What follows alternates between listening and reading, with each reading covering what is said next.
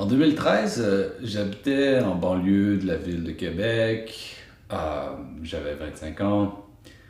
J'avais un travail qui m'inspirait pas vraiment. J'avais un mode de vie individuel, comme tout le monde.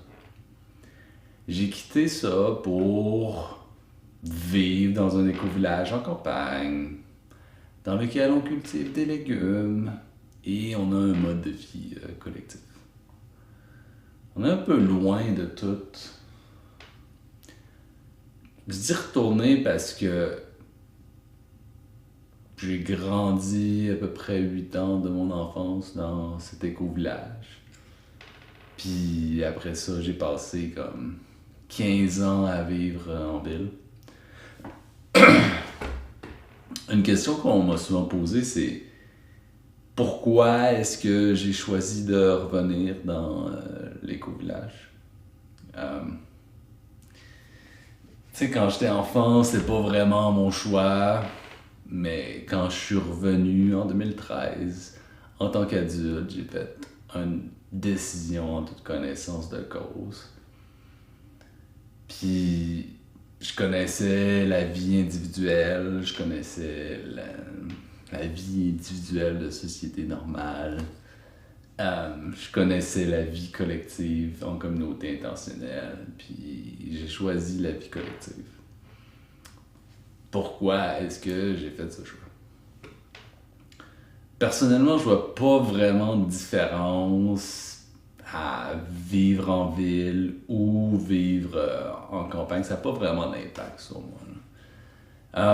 Je veux dire, je comprends que la proximité avec la nature, l'autosuffisance alimentaire, le calme de la campagne, tout ça, ça n'a pas tant d'impact sur moi. Mais je comprends les gens pour qui ils disent ah oui, ça a de l'impact sur moi.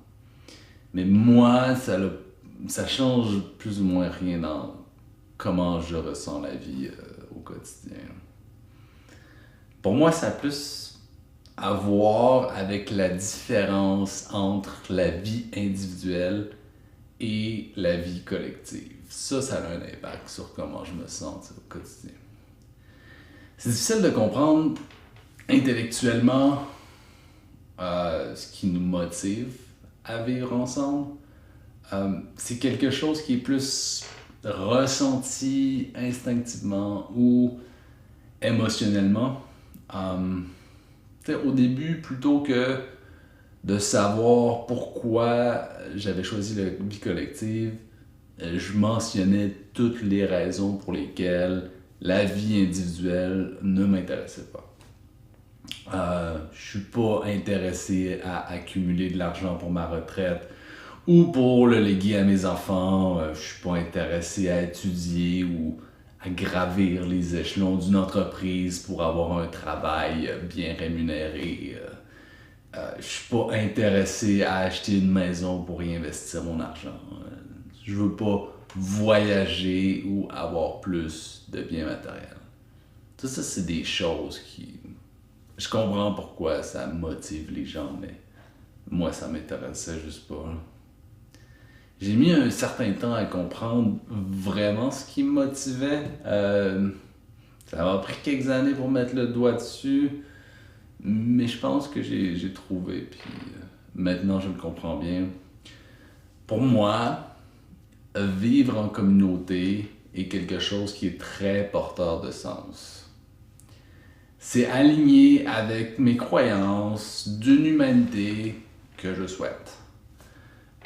Mieux vivre avec moins d'écarts sociaux, plus d'équité, plus d'entraide, de justice, moins de possession matérielle, moins de propriété privée, une humanité dans laquelle il y a...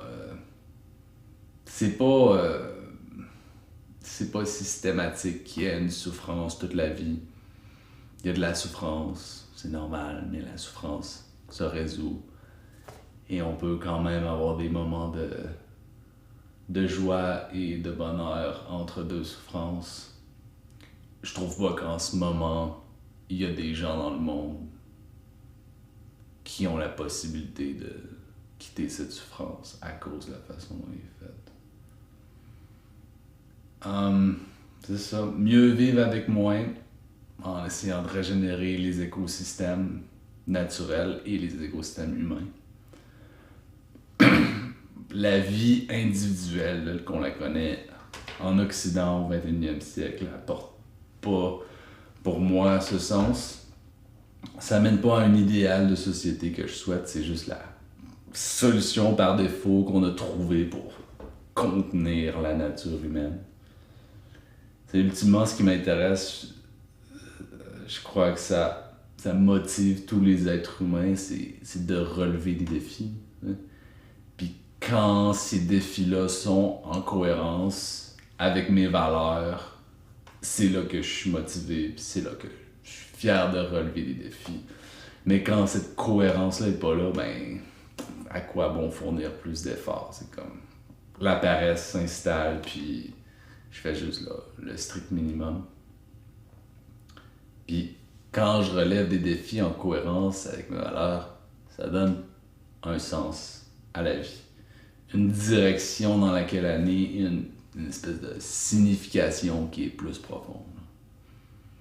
Puis ça, c'est satisfaisant et motivant.